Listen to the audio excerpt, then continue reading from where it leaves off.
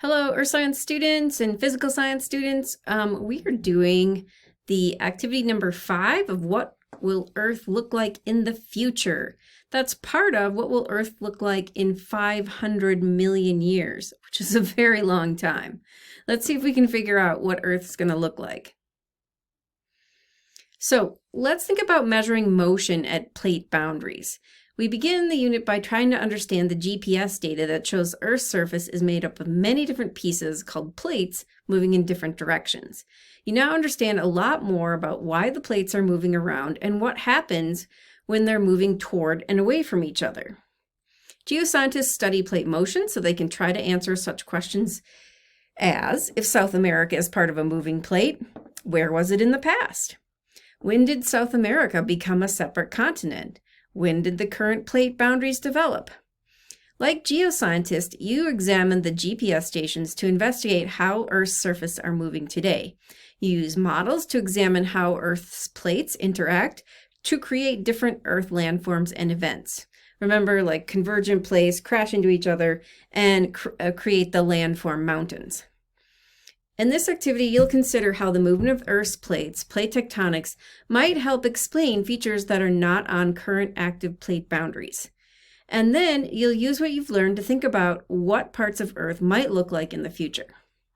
We can use Seismic Explorer to examine plate movement, as you can see below. Click on the eye for information about how fast the plates are moving at various boundaries.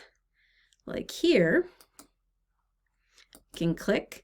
And it's a divergent boundary moving 22 millimeters a year. That's a little bit faster than your fingernails grow.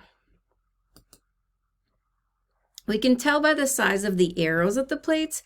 That gives us an idea of how fast it's moving. There's tiny, there's medium, and there's big, which is greater than 6 millimeters a year. That's 6 centimeters, which is about that much. How fast is the Australian plate moving towards the Sunda plate? So, whoops. Let's go find the Australia and Sunda plate.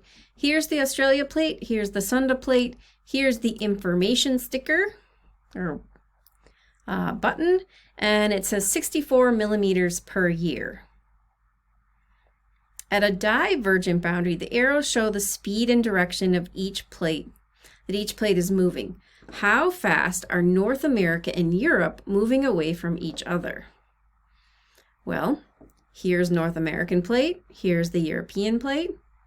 Oops. Let's pull that down a little bit. Here's the European plate. Here's the boundary, and I'll let you click on the information. Are all plates moving at the same rate? Well, look at the arrows. Are the arrows all the same size? Remember, if you look at the key, different size arrows mean different speeds of each plate, represent the different speeds. Why do you think some plates might move faster than others?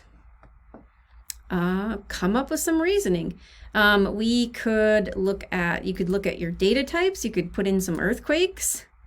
You could look at volcanic eruptions. You could think about divergent versus convergent. You could think about convection. You could think about slab pull. You could think about ridge, the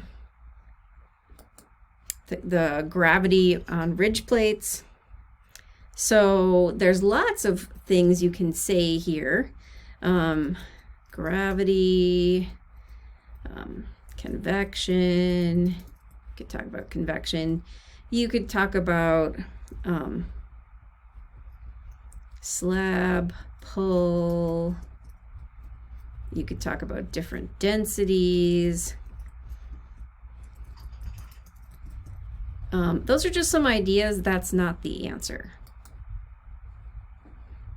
How do plates move near Japan? Japan is a country made up of many islands. It's found in the Pacific Ocean on the east coast of the Asian continent.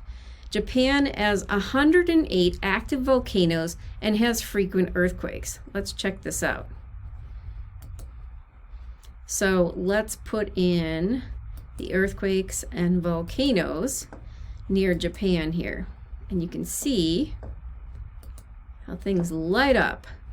There's a lot going on seismically in Japan. The Seismic Explorer map is called a relief map. The type of map shows the elevations with colors like brown is higher and green is lower and blue is under the ocean. Use the data type menu to show earthquakes and volcanoes. That's just what we did. To show earthquakes, check Earthquakes box and press the Start button. Use the Seismic Explorer to figure out how plates move near Japan. Well, let's scroll down here. Let's squeeze this and make it a little bit smaller. And let's draw a cross section here. Let's find some of these slightly deeper quakes. Draw a cross section and see if we can kind of tell what boundary is represented here. Whoa, look at that. Those are some pretty deep quakes. Remember, if you look at the key here, that the blue is below 500 kilometers. That's 500 kilometers down into the Earth's crust and into the mantle.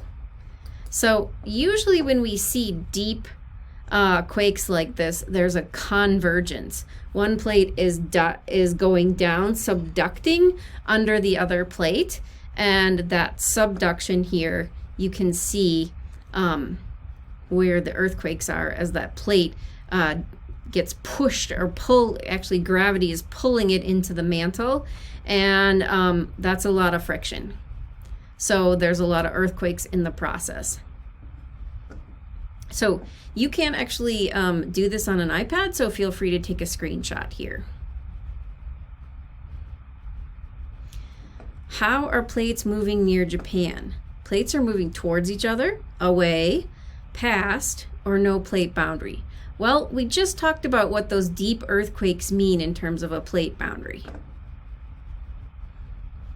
Remember that you can view earthquakes and volcanoes in the Seismic Explorer in addition to seeing information about elevations on the relief map.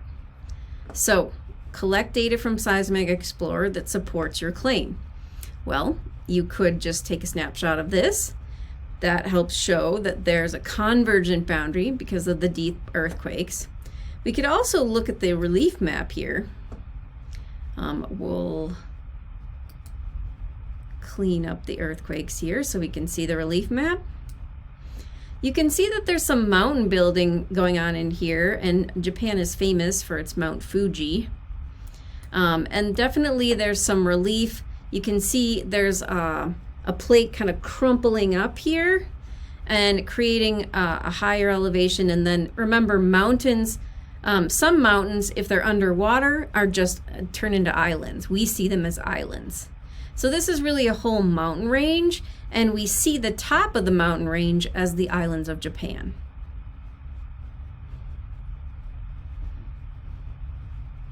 So if you want to show the mountain range that is Japan, you can zoom in a little bit more on Japan, get it right in there.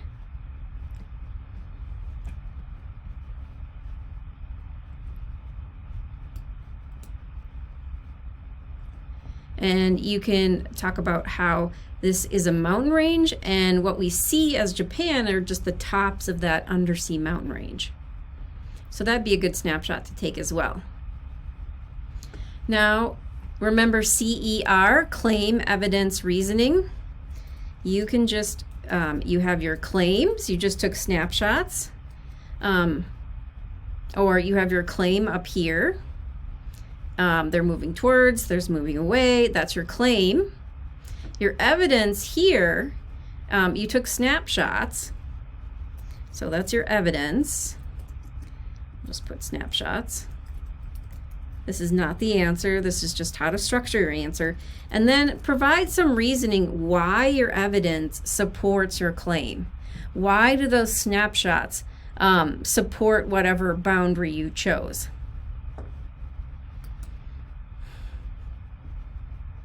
How did the Red Sea form? The Red Sea is an inlet of water between Africa and the Arabian Peninsula. It formed within the last 150 million years. The paleographic map images below show Africa and Arabia were connected 30 million years ago, compared to today when the Red Sea lies between Africa and Arabia. So this is 30 million years ago. This is modern day.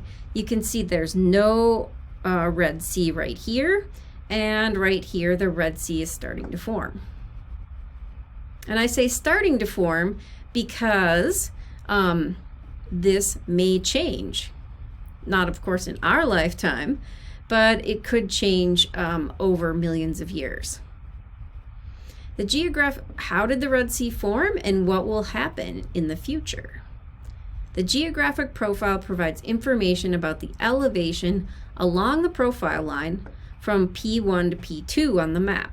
Here, right here, this is the Red Sea again. The graph's x-axis shows the elevation above and below sea level along that line. Sea level is at 0 meters here.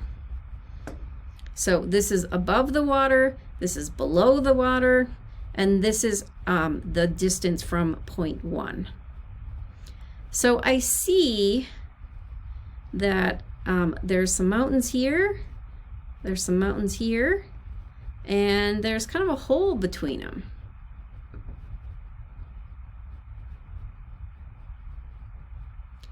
The seismic model, Explorer model, is zoomed into the same area. The seismic Explorer map is also a relief map, just like Japan. This type of map shows the elevations of land with colors, so brown is higher, green is lower. To show the earthquakes, check the earthquakes box and press the start button. So let's go to data. I'm going to uncheck things. I'm just going to put earthquakes on, and we'll watch what happens.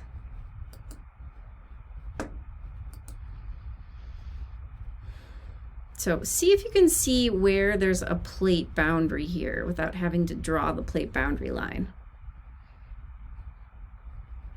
Do you see the earthquakes in the middle of the Red Sea?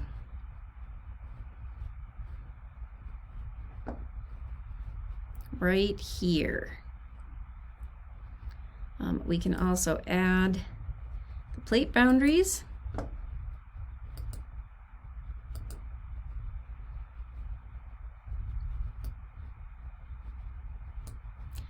being tricky and not giving us a plate boundary right there. So in 50 million years, how will the Red Sea change? Well, let's look at in the past and see how it has changed, and that'll give us a better idea to make predictions how it might change in the future. Whoop.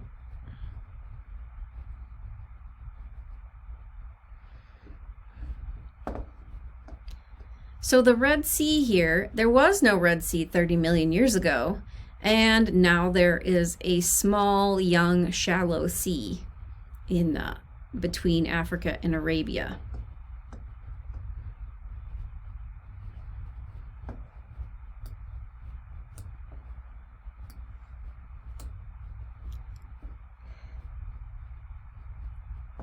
Let's just recenter it here. So you can see some plate boundaries here. The plate boundary is really faint right here, but you can see it. It's green on top of that blue, and it's very hard to see, but you can see a divergent plate boundary. Let's go to the key here so you can remember the colors of the plate boundaries. Notice that greenish turquoise color right here, that's the divergent boundary between the African plate and the plate that Arabia is on here. So here's your claim. Remember that you can view earthquake and volcanoes in Seismic Explorer in addition to seeing information about elevations on the relief map. Collect data from Seismic Explorer that supports your claim. Remember that you can view earthquakes, etc. So I'll take a cross section since you can't do that, but you can also view earthquakes you can view earthquakes. So I'll take a cross section for you.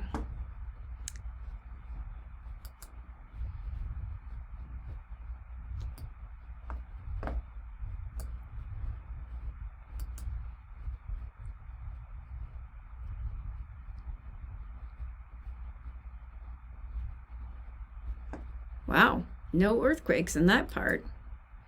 Let's turn on the earthquakes here.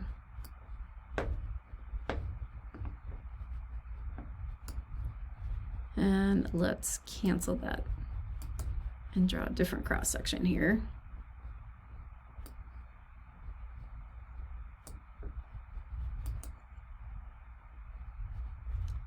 There we go. You can see that all the earthquakes are very shallow here. So that indicates it's not a convergent boundary. Plates aren't coming together. There's not that deep earthquake data. There's just shallow earthquake data that shows you that the plates are coming apart. So here you've got your cross section. You're welcome to take a screenshot of that. You can do the earthquake data and look at this and take a screenshot of that. You can look at plate boundaries. So you've got your evidence, you've got your claim above, right here. You've got evidence that you're going to grab. And so you're going to write a CER statement. That's claim, evidence. And then you're going to connect your evidence to your claim, like why does your evidence support your claim? That's your reasoning. Why your evidence supports your claim. This is not the answer. This is how you should structure your answer. Prediction limitations. Explain the limitations of Seismic Explorer for making a prediction about the future of the Red Sea. All right, so we don't know exactly what's going to happen in 500 million years. Lots of different things. We've seen that plates can merge, plates can change directions. We don't know, we don't have any information about what's going on underneath the plates in terms of convection or slab pull or ridge push. Our model is limited. It's useful, but every model has limitations, and we're asked here to talk about the limitations of our model.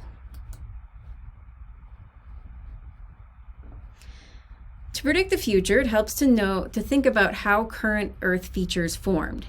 The Appalachian Mountains can be found along the east coast of North America. Seismic Explorer is zoomed in to show the Appalachian mountain chain.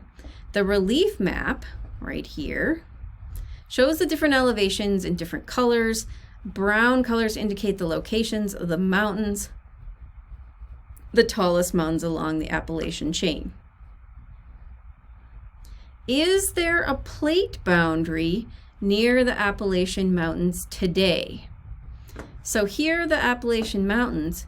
We don't see that trench that we saw in South America next to the Andes.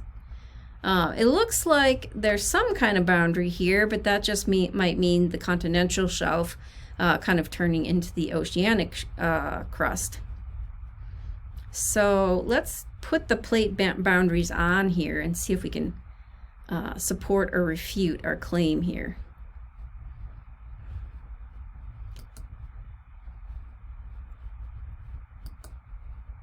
Well, they're on there. So we don't see any plate boundary line here, and that helps support our claim that there aren't any plate boundaries there. In the past, do you think that there was a plate boundary near where the Appalachian Mountains are today? Well, generally, if you have a big landform or some kind of big feature, except maybe a canyon, mountains are formed by plates crashing into each other. So if you have mountains, at some point, plates crashed into each other. Plates can change direction, they can merge, they can be very dynamic. So There isn't a plate boundary here anymore, but there certainly could have been. Mountains are formed by convergent boundaries. That's two plates crashing into each other and one crumples and makes the mountains. There's no convergent boundary near the Appalachian Mountains today. What happened? Well, let's run this here.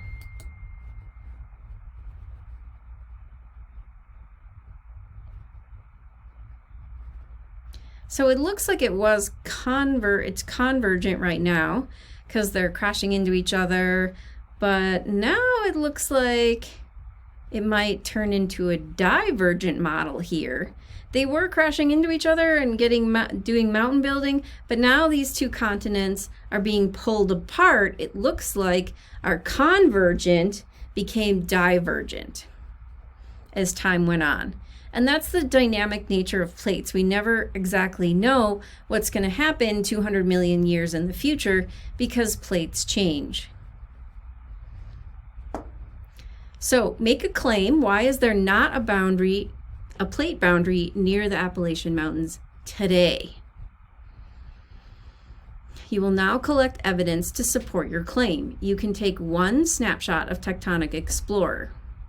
So you might want to step back a little bit. You might want to restart. And then you want to state your claim. You want to state your evidence that you've taken a snapshot of. And then you want to connect your claim and your evidence with your reasoning. This is not the answer. This is how you need to structure your answer. Take a picture with your, take a snapshot of the Tectonic Explorer and use that to support your claim with some reasoning. So explain the limitations of the Tectonic Explorer for explaining why the Appalachian Mountains are not near a convergent boundary today. Well, it looks like if I go up to this, let's see how many plates are here.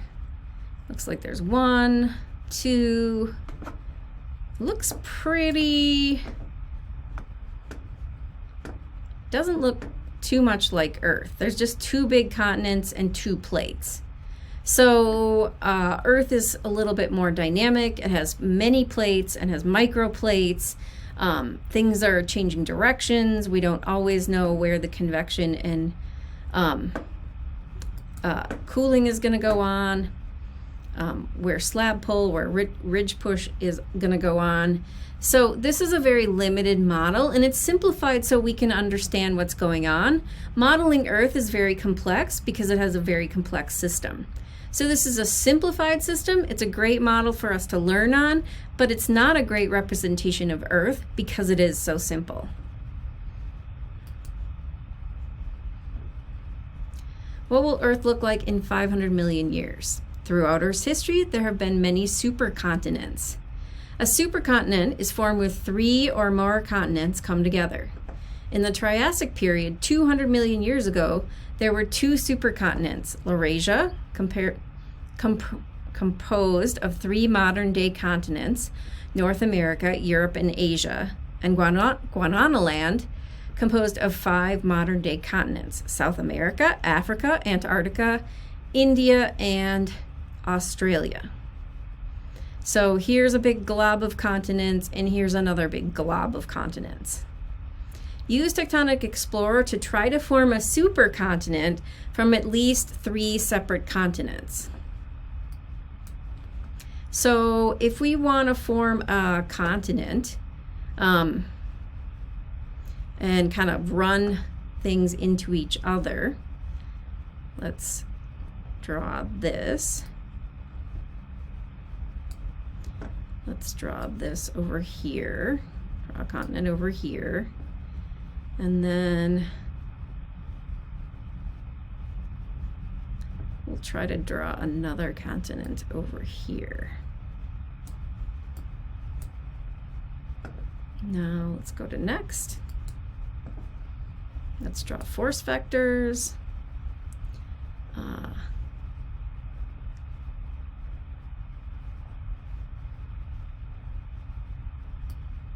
These are going to be running into each other.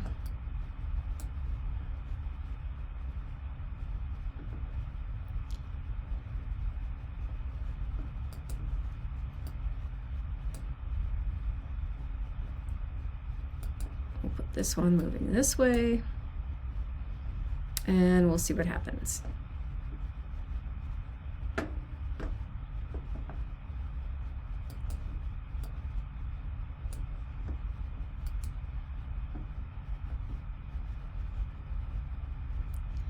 So I want plate 4 to go under plate 5. So it needs to be heavier, so it is. Okay.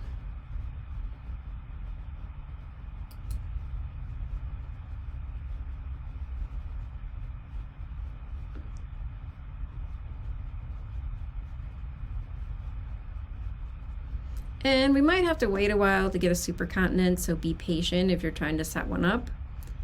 Do you think there will be a new supercontinent in 250 million years? Yes? No.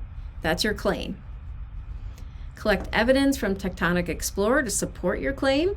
So set up something, try to make a supercontinent, see what's going to happen, see if you can make one. You might have to wait a while. And use your claim from question 20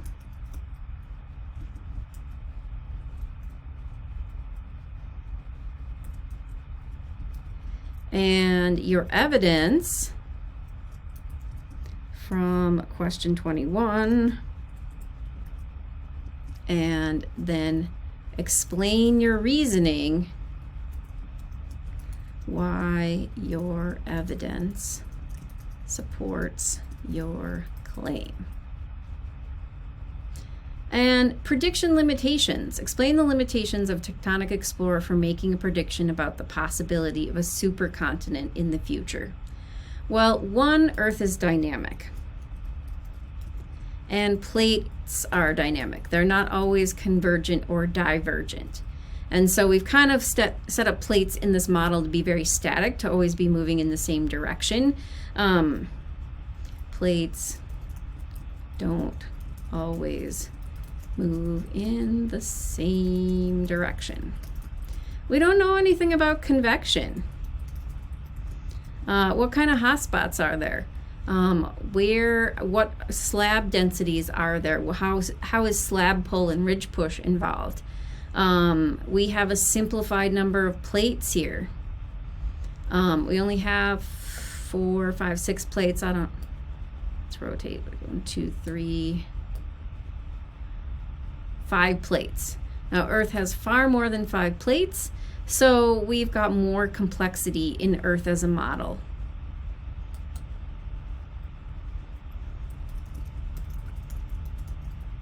So let's just say this model is simpler than Earth, fewer plates.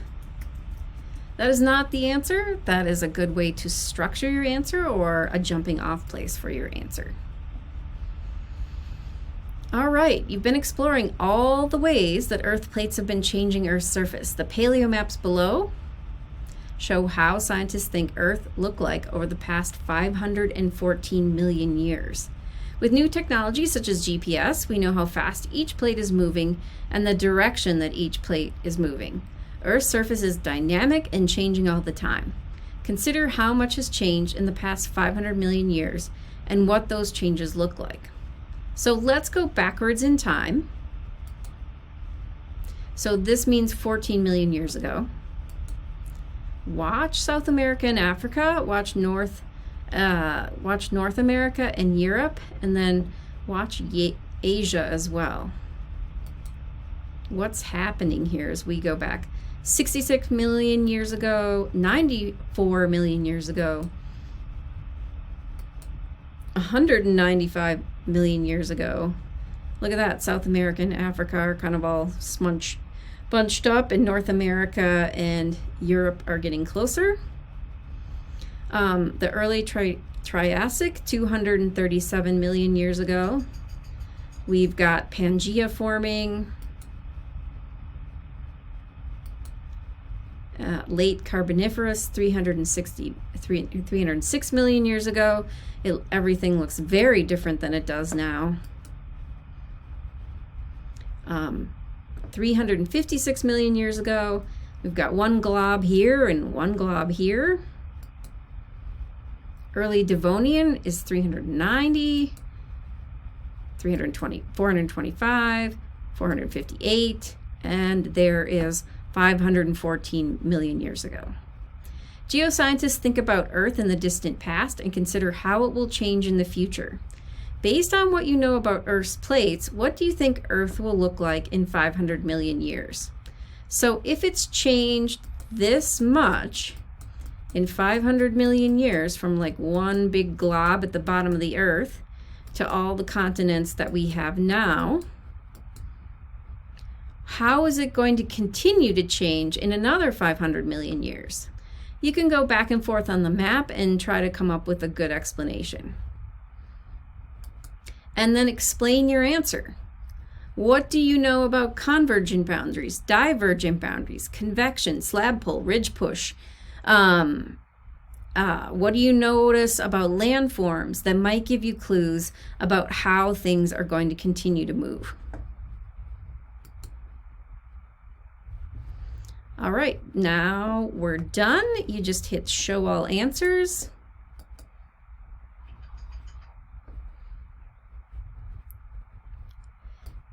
And you go for this little square right here that says share. You click that, it should say options on your iPad. Click options, select PDF. Then once you've selected PDF, choose Notability, and you're ready to rock. Thanks so much, everybody.